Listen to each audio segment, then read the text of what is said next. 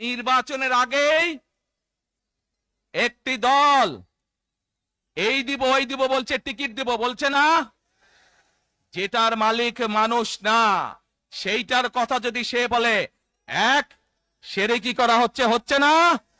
যার মালিক আল্লাহ, যার অধিকার শুধু আল্লাহর একমাত্র, সবকিছুর অধিকার উপরে আল্লাহর অধিকার। কাজেই আগেই তো আপনাদেরকে ঠকাচ্ছে, নির্বাচনের ফলে তাহলে কেমন ঠকাবে আপনাদেরকে বোঝেন এবার। শুধু ঠকাচ্ছেই না মানুষকে, যারা মুসলমান তাদেরকে শিরকি করাচ্ছে তারা, নাউজুবিল্লাহ। এইখান থেকে আমার সামনে যারা বসে আছেন, এর মধ্যে থেকে মুরব্বী যারা বসে আছেন, ওমরা বা হজ করতে গিয়েছেন, এরকম একজন হাত তুলেন, ওমরা বা হজ করে আসছেন, একজন মুরব্বী মানুষ, ওই যে লাল টুপি পরে বসে আছে, রুমন নিয়ে আসো তো ওনাকে।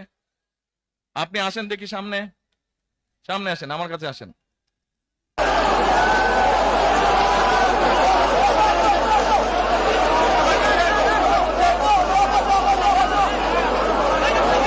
ওই যে চশমা খুলছে, চশমা খুলছে।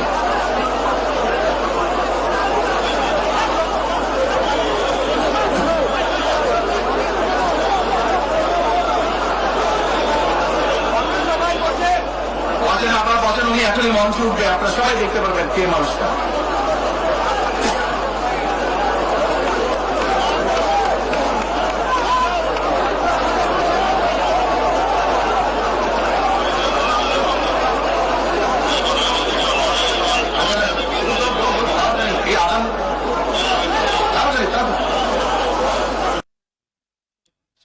কি নাম আপনার? এটিএম হেলাল। ওই এইদিকে বলেন। এটিএম হেলাল। বাড়ি কই? সুনামগঞ্জ। বাড়ি সুনামগঞ্জ। সুনামগঞ্জ কোথায়? শান্তিগঞ্জ। এই সুনামগঞ্জের মানুষ আছে এখানে?